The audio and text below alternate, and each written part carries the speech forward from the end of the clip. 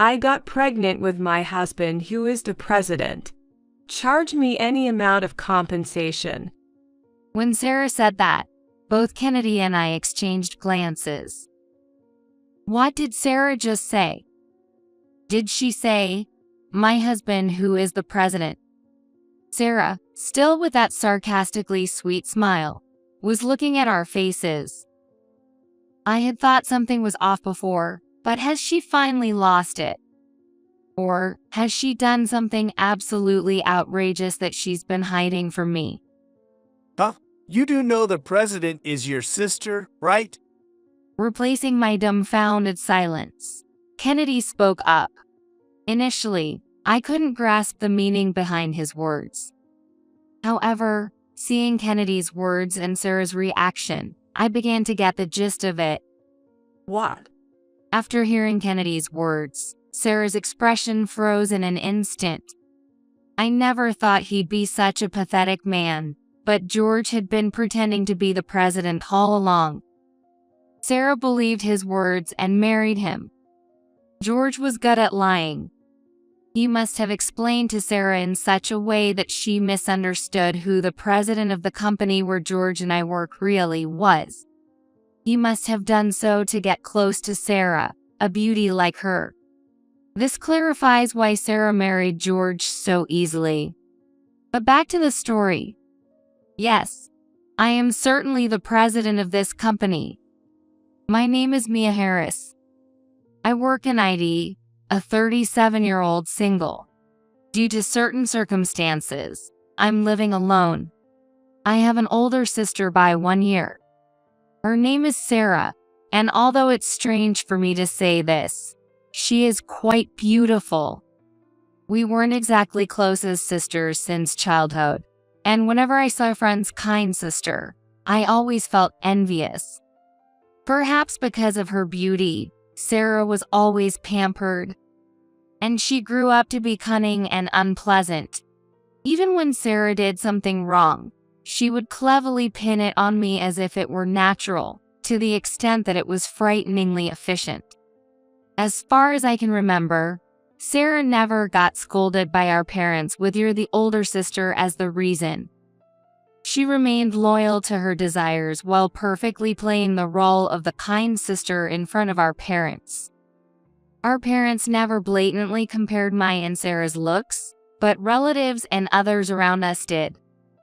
The words "your sister is such a beautiful girl, isn't she?" stuck with me since childhood, and since then, I have been tormented by a sense of inferiority. By middle school, boys found Sarah too intimidating to approach, and hearing rumors, they would come to check me out instead. And they all say this. "What? The younger sister is not cute at all." Sarah found this amusing, enjoying how it further deified her. I was quite troubled by the attention from those around us, but I knew Sarah's true nature. She might have been better looking, but I understood more than anyone that she was a person of shallow character. Eventually, Sarah will hit a dead end. I believed this and thus dedicated myself to my studies from that point on. I didn't know how long it would take, but I was convinced our roles would reverse one day. From there on, I consistently topped my class in middle school and high school. Eventually, I grew bored with the subjects typically taught in school. That's when I decided to dive deeper into computers, looking ahead to the future. I decided to go on to a vocational school despite opposition from those around me. Having a decent grasp of general subjects gave me confidence. That's why I longed for an education that allowed me to focus intensely on a single area. I easily got into the vocational school. I made a lot of like-minded friends here, probably because it was a computer school. They were all what you might call geeks, and I fit right in with them. I learned a great deal about web design, site building, programming, and more at this school. After graduating, I hopped between a few companies but now work with Ken, a classmate from vocational school. Ken and I got along well during our studies, and he was an excellent programmer. Our reunion came after each of us had worked at several companies.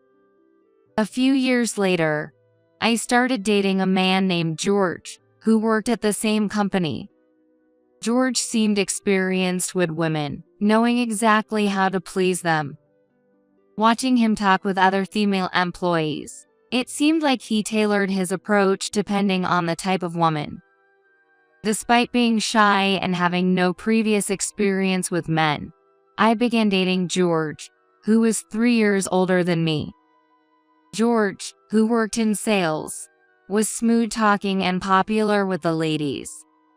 I didn't think he'd be interested in someone like me, and I had my doubts about such men. However, George managed to warm my heart and make his way in. Only a few people at work knew about me and George, and we tried to keep personal matters out of the workplace as much as possible. Still, I found myself giving George special treatment more often than not. If George made a mistake at work, I naturally ended up covering for him, to the point where Ken pointed it out. I knew this wasn't right, but being in love for the first time, I couldn't help but get carried away. After dating George for over 3 years, he proposed to me. I hadn't expected things to progress to engagement so smoothly, and my parents were surprised by the news. I always focused on studies and now work. I am getting engaged before Sarah, my sister, thrilled them greatly.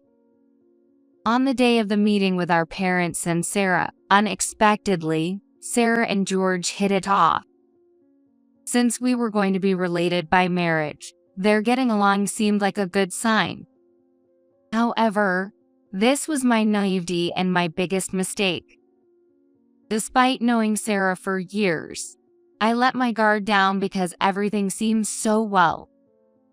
Soon after, George broke off our engagement. The reason was an engagement to Sarah. I had never fully trusted Sarah, but I never dreamed something like this could happen in reality. I thought such things only happened in comics or dramas, but now, it was my reality. I later found out that George had been flirting with many female employees at the company. It was only natural for him to fall for Sarah, who was attractive. My parents were just dumbfounded by Sarah and George's outrageous behavior. Therefore, it would be a shame if our relatives or acquaintances knew that she took away her sister's fiance. Despite being spoiled as a child, this was unforgivable. Both my parents lashed out at Sarah like wildfire, but she didn't listen at all. At the same time, unsettling rumors began to spread at my company. The rumor was that George had been deceived and dumped by me. I dismissed such a ridiculous rumor, thinking no one would believe it, but somehow, George received sympathetic looks within the company. My failure to seriously deny these rumors contributed to this outcome. George, knowing my personality, used me and then got close to the sympathetic female employees. After betraying me, George got engaged to Sarah and continued to cheat. Everyone initially tried not to be taken in by George's stories, but gradually, they fell for his smooth talk and ended up being deceived. The way people at the company looked at me changed to something more disdainful, and George disrupted the office morale. Sarah and George went on to have a lavish wedding, ignoring the feelings of our parents and me. They even sent me an invitation, which I, of course, did not attend. My parents had intended to keep Sarah's wedding as a secret, but invitations had been sent to relatives as well. Embarrassed by their daughter, my parents shed tears of shame and declared they would have nothing more to do with her from now on. Sometime later, Sarah became pregnant. She even went out of her way to report it to me directly. How does it feel? Your ex-boyfriend and your sister's child are right here. Tell me, what do you feel? Sarah said, caressing her belly with a smirk, seemingly finding pleasure in tormenting me thoroughly. She must feel pleasure in hurting and breaking my heart. It was clear from her eyes that she was genuinely enjoying the situation. Realizing a person related by blood could be so filled with madness filled me with sheer terror. More than feeling angry, I was overwhelmed by fear. I stood in front of Sarah, unable to say anything. Whether she grew bored or satisfied, Sarah left after a while without another word. Sarah, along with George, would continue to torment me. Since breaking up with George, I've sunk deeper into darkness, unable to confide in anyone. I was determined to keep personal issues out of work, but gradually, my body stopped responding as it should. No, there was nothing physically wrong, but my mind refused to function. I don't want to think about anything anymore. It felt like I could hear my own heart scream, and I could not go to work for a while. A few days later, I finally managed to check the backlog of calls on my cell phone. Most of the calls were from my parents and Ken. Although I had sent emails to tell my absence, I had only sent unilateral messages and hadn't explained the situation to Ken in detail. I knew my absence must be causing problems at work. This thought only made me feel worse. Along with the missed calls, there were several messages from Ken. What happened? I'm here to listen, and so on. None of Ken's messages mentioned work. They were all out of concern for me. I thought I had no one to confide in, no one on my side. But there was someone who cared about me. Thinking about it brought tears to my eyes. I can't go on like this. I decided to shake off the fog in my mind and reach out to Ken. Staying like this would only play into Sarah and George's hands. When I finally came to my senses and looked around, my place was a mess with instant noodle cups and pastry wrappers everywhere. This is terrible. I need to clean up this mess first.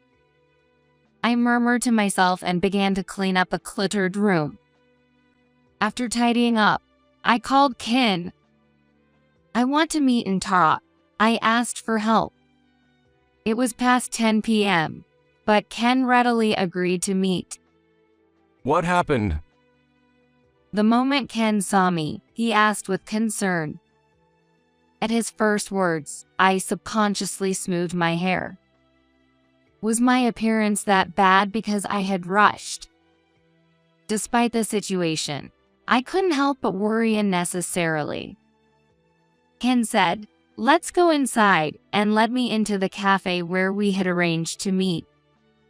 The cafe was almost empty, offering a calm space for our conversation. We ordered coffee and started talking right away. I talked to him about what had happened over the past few days and how I had become an outcast at work due to the rumors George had spread. Once I started talking, the words just poured out. Ken listened to me without interrupting, paying close attention to everything I said. After I had finished, Ken spoke up as I sipped my coffee. First off, about the situation at work. You don't have to worry about anything. All of George's lies have been exposed. His repeated affairs in the office. Not a single one was left hidden. Ken said this clearly, with a smile. I couldn't imagine George admitting to his lies, wondering what exactly had happened. Also, rest assured, I haven't spoken a word about your private matters. Ken added, seeing my bewildered look. But what happened?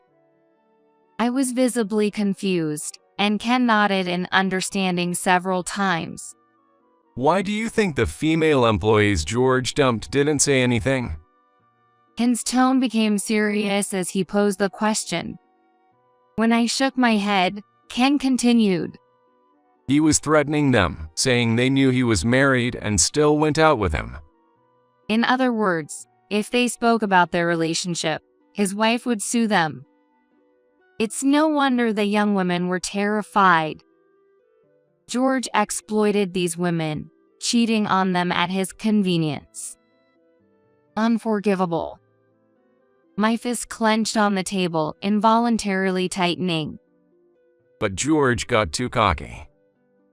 The female employees who were deceived by George kept silent. They became acutely aware there were others like them. Perhaps it was a woman's intuition. They sensed something off in the air between them and George, and they realized they were not alone. The united woman was strong. Afterward, several of George's victims exposed his actions to Ken. We were deceived and threatened by George.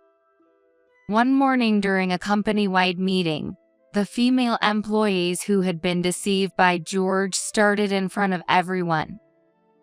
Their statements caused a stir among all employees. They're just lying because they're bitter about being dumped. Please believe me, I didn't do anything wrong. George, faced with accusations, shamelessly tried to maintain his lies. But who would believe George over the tearfully protesting women? Cheers started to fly at George's flimsy excuses. He hid the fact that he was married and had an affair with me. The lowest of the low, a total cheater. The victims became more heated in their accusations. And Ken didn't try to stop them, watching as George was berated for a while. Hiring someone like you was the biggest stain on my life. You can't even do your job properly, and then you pull something like this. Your misdeeds have been reported to the police, so you better be prepared. Ken said that, his usual calm demeanor giving way to quiet fury. Ken's anger sent shivers down not just George's spine but that of all employees present. And you're fired. You boasted about your sales skills, but compared to the others, you were absolutely the worst. Just so you know, for the future, Ken added, then declared the morning meeting over. Employees dispersed like scattered spiders, leaving George alone. In front of the entire company, George's pride was shredded to pieces. And so, George was fired in front of all the employees yesterday. I hope I didn't overstep by not consulting with you first. Ken waited for my reaction, though it seemed he already knew what I would say. George had been exposed in front of the entire company for having affairs with several female employees and for threatening them. It must have been hard for the victims to come forward, but they devised this plan to humiliate George. It was quite the spectacle. Ken said with a wry smile, continuing. But you know, the women who were harmed aren't just going to let it go. They filed for substantial damages and reported the threats to the police. While I was sinking into despair, George was being thoroughly defeated. That's why I wanted to talk to you. How about interesting the lawyer handling this case with your situation as well, involving your sister and George? I nodded emphatically at Ken's suggestion, deciding to join the female employees in suing George and Sarah. A few days after discussing it with Ken, I faced Sarah with Kennedy, the lawyer Ken introduced. Ken had the idea to sue Sarah and George separately. First, about my personal damage. It's the case of Sarah stealing my fiance. Seeing Sarah for the first time in a while, she seemed to be the picture of happiness, looking at me even more gleefully than before. Sarah, facing the lawsuit, seemed not to understand her position, confidently facing me.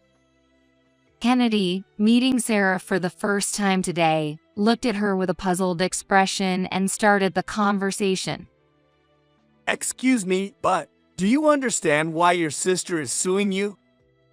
Kennedy asked directly, without beating around the bush. I also felt Sarah's confidence was eerie. She was clearly reveling in looking down on me, but considering what lies ahead, she shouldn't be able to smile for long. Sarah, responding to Kennedy's words, began to speak in an incredibly sarcastic tone. I got pregnant with my husband, who is the president. Charge me any amount of compensation. Kennedy and I exchanged glances at Sarah's unexpected words. What did Sarah just say? Did she say, my husband who is the president? Sarah still had that sarcastically sweet smile, looking at our faces. I had thought something was off before, but has she finally lost it? Or has she done something absolutely outrageous that she's been hiding from me? Huh? You do know the president is your sister, right? Kennedy spoke up, replacing my dumbfounded silence. Initially, I couldn't grasp the meaning behind his words. However, seeing Kennedy's words and Sarah's reaction, I began to get the gist of it. What? At Kennedy's words, Sarah's expression froze in an instant. Yes, George had been pretending to be the president. I knew he was the worst, but I hadn't realized he was this despicable. Sarah believed his words and married him. George was good at lying. He must have explained to Sarah in such a way that she misunderstood who the president of the company where George and I work really was. He must have done so to get close to Sarah, a beauty like her. This clarifies why Sarah married George so easily. But back to the story. Yes, I am certainly the president of this company. Ken and I started the company together, with George being nothing more than a nervous employee lacking proper knowledge. Ken, holding the position of vice president, has been supporting me. Later on, it turned out George was engaged to me because he wanted my position as the president. Not just the position, but he was also after the wealth of managing a company with annual sales of $300 million. Sarah's appearance was an unexpected turn for him, but George was instantly captivated by her beauty. Sarah had misunderstood George to be the president when she heard the word while George and I were together. Exploiting this, George deceived Sarah and even got her pregnant. Knowing George was a despicable person, the thought of having dated him even for a moment sends shivers down my spine. And I'm furious with myself for not seeing his true nature. To satisfy his desires, he lied about his identity and ended up fathering a child. Unaware of such facts, Sarah was filled with joy, thinking she had struck gold. However, I have no sympathy for Sarah, who was deceived by such a man. Even if she's my blood-related sister. You seem to be under some misunderstanding, but as you said, the damages will be considerable.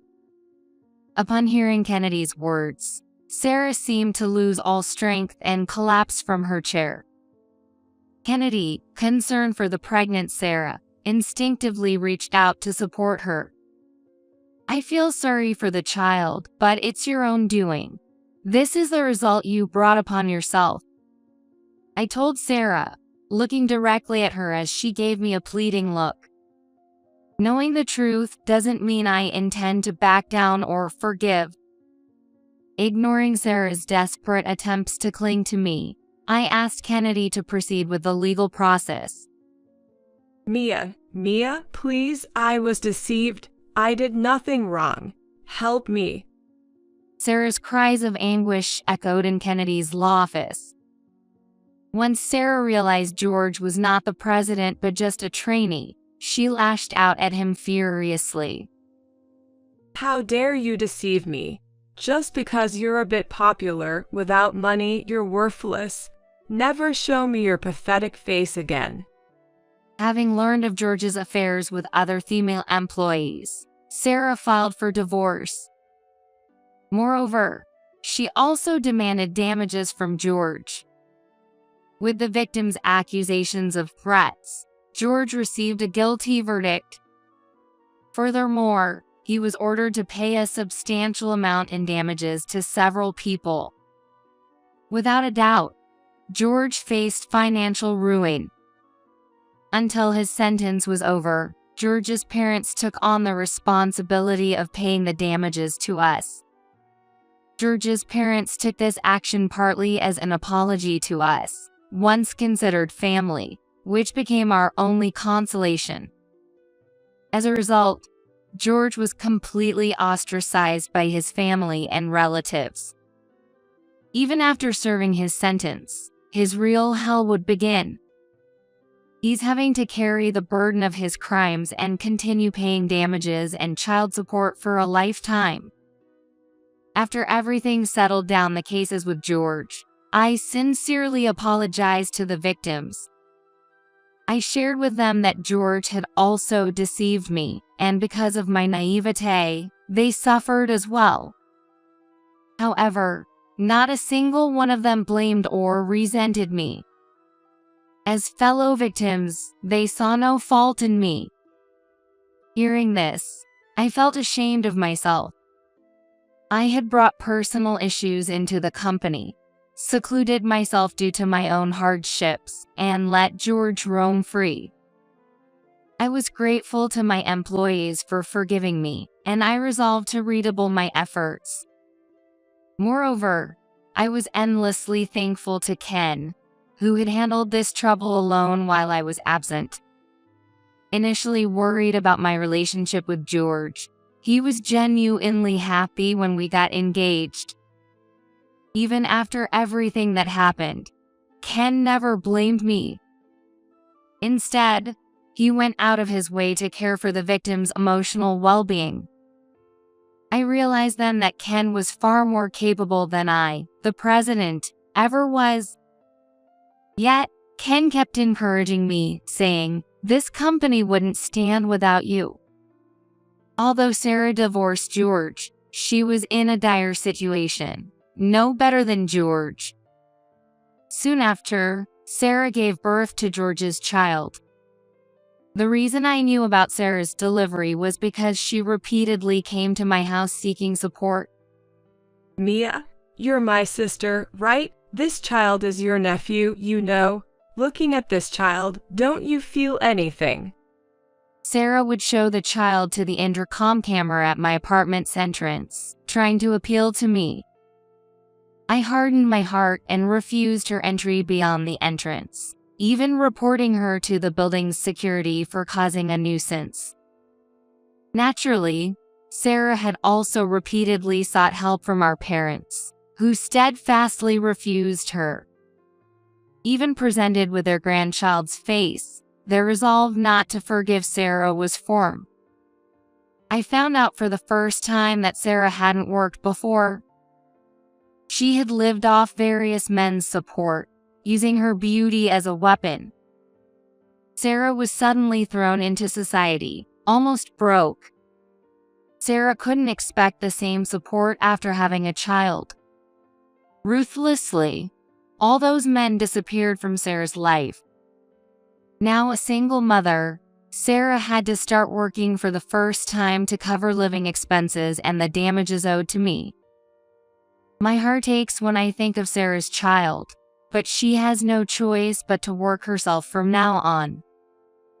Having been adored and looking down on others all her life, the harshness that awaits her is beyond imagination. Watching my sister being escorted out by security, I turned off the intercom camera. Once things settled down, I invited Ken to dinner to express my gratitude. As far as I know, Ken isn't seeing anyone. but considering the recent turmoil, I can help but overthink. Ken, unfazed by my worries, accepted the invitation with enthusiasm. We've met and talked at the office numerous times since then, but the topic of condemnation never came up. Ken, likely out of consideration for me, deliberately avoided bringing up George's topic. Moreover, Ken took care of wrapping up George's mess and did not neglect the care of the affected employees. I intended to properly express my gratitude for all that today.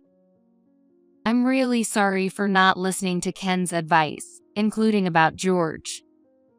Instead of expressing gratitude, an apology slipped out of my mouth. As Ken said in front of all the employees, for me, the incident with George is the biggest stain in my life. I have no face to show to Ken, who had never trusted George from the beginning. Ken slowly opens his mouth when he saw me lower my head. Let's leave that man behind. You are a victim, nothing more, and he has received his punishment and will carry his sins for life. Ken frowned as if even mentioning George's name was distasteful. We don't have to talk about it, and George will never have a decent life again. I took Ken's words to heart and nodded solemnly. If it weren't for Ken, I wouldn't have been able to recover, and the girls who were deceived would have continued to suffer without being able to do anything. Thank you for everything. I thanked Ken as much as I could. Seeing my reaction, Ken sighed deeply. Since our student days, you've never listened to my advice. Always, since our school days. As he cut his steak with a knife, Ken muttered sarcastically. We've been together for a long time. Isn't it about time you trusted me more? He tossed a piece of meat into his mouth, then fixed his gaze on me. No, you're right, I admitted, unable to argue. Am I just a business partner to you? Ken suddenly asked, looking down. Unsure of his intentions, I responded instinctively. Of course not. We're not just friends, but we have an inseparable relationship. Despite my hasty denial, I lost track of what I wanted to say. You know, after this incident, it's clear you're too risky to be left alone. What? I blurted out in surprise at Ken's words. Mia, I want you to go out with me. Ken cut through the previous conversation, seriously making his proposal. Despite lecturing me, Ken has always been like this. He is a brilliant engineer, but he cannot read the mood. I couldn't help but burst into laughter at his words. It was like a guffaw. My laughter echoed inappropriately in the quiet restaurant. Feeling the eyes of others, I cleared my throat to regain my composure. You're saying this now? My calm retort made Ken's face turn red. But I was happy to hear Ken's feelings. Despite witnessing everything with George, he still liked me. I had feelings for Ken, not just as a business partner but more than that. Until now, I had convinced myself it was merely affection as a friend. It's impolite and presumptuous of me, but I hadn't considered it deeply until Ken brought it up. At this age, I laughed to hide my embarrassment. There was also fear in honestly accepting Ken's feelings. Are you really okay, after everything that's happened with me? I couldn't respond with confidence, so I asked him instead. Without any hesitation, Ken replied. That's a silly question. And so, Ken and I became partners, both professionally and personally. It's embarrassing that I had just sworn not to bring personal issues into work. However, I know better than anyone that Ken is a person worth trusting. My life was nearly destroyed by George and Sarah, but as a result, I ended up with Ken.